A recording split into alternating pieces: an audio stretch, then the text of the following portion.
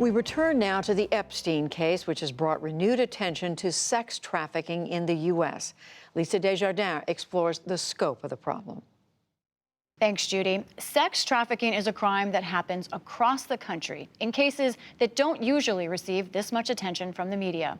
Here to explain this troubling criminal underground is Yasmin Vafa. She's executive director of Rights for Girls, a human rights group dedicated to ending violence against young women and girls.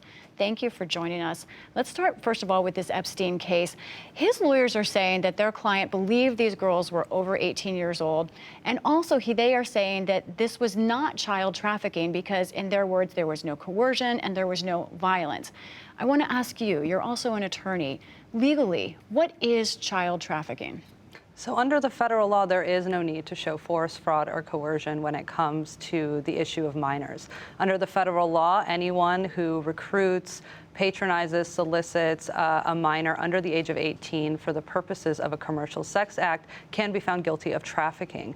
A commercial sex act is actually really broadly defined under the federal law. It encompasses any sex act that's exchanged for anything of value. So under the facts of this case as alleged, it could absolutely constitute a federal anti-trafficking case. I think I want to get at something deeper that might be going on here with this idea of what is trafficking or who are the victims. In this case, we saw a man who his friends even joked about that he liked young girls. I'm wondering how much of this is in plain sight, the problem of child trafficking?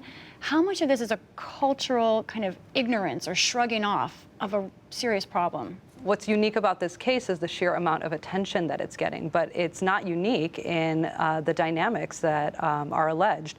We know that men who are powerful, who have an enormous amount of privilege, exploit the vulnerabilities of young women and girls every day here and throughout the country. What's interesting about this case is that it's getting an unbelievable amount of attention, but from our work on the ground, there are individuals much like Jeffrey Epstein, who are extraordinary, wealthy, and powerful businessmen. Many of them are actually white men who use that power and privilege to exploit vulnerable young women and girls.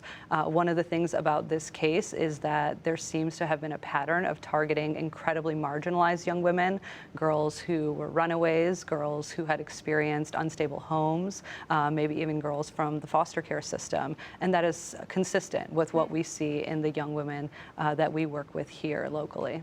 I think people sometimes imagine sex trafficking happening in other places to other girls, not girls that they know. How are these girls being lured in these cases, especially so adults can be aware of the risks? Well, one of the most important things to recognize is that in the United States, the vast majority of sex trafficking cases actually involve American citizens.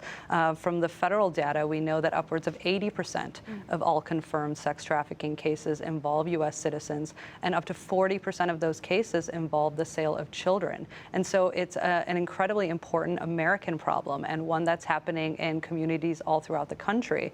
I think that one of the things that we're hoping comes to light and that people are able to connect the dots between the Epstein case and child sex trafficking all across this nation is that it's often very powerful men with means taking advantage of the vulnerabilities of some of our most marginalized young women and girls. Oftentimes kids who've experienced extreme childhood sexual abuse, kids who are from the child welfare system, runaways and homeless youth, and exploiting their vulnerabilities. It's actually a tactic that exploiters use because they know that these are the kids that no one really cares about. They know that these are the kids who most often fall through the cracks, and that even if they do come forward, they are the kids who are least likely to be believed.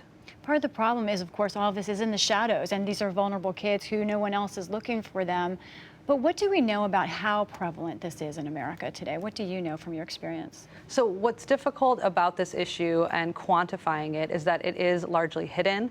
Some of the challenges are the fact that it is mischaracterized, oftentimes as adult prostitution. Oftentimes law enforcement and other first responders don't actually correctly identify this as child sex trafficking. And so we don't have exact numbers about the issue, but I can tell you locally here in DC, DC, with our partners on the ground that serve trafficked youth on a day-to-day basis, we're seeing about 5 to 8 unique referrals per week of children who Those are being are bought and sold. individuals per Individuals, week. yes. And between the ages of anywhere from 10 years old to 17, 18 years old.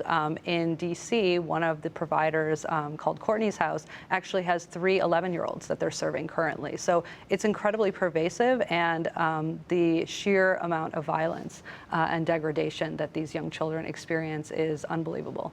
Thank you for talking about this very important topic. The Executive Director of Rights for Girls, that's Rights No. 4 Girls, Yasmin Vafa. Thank you for having me.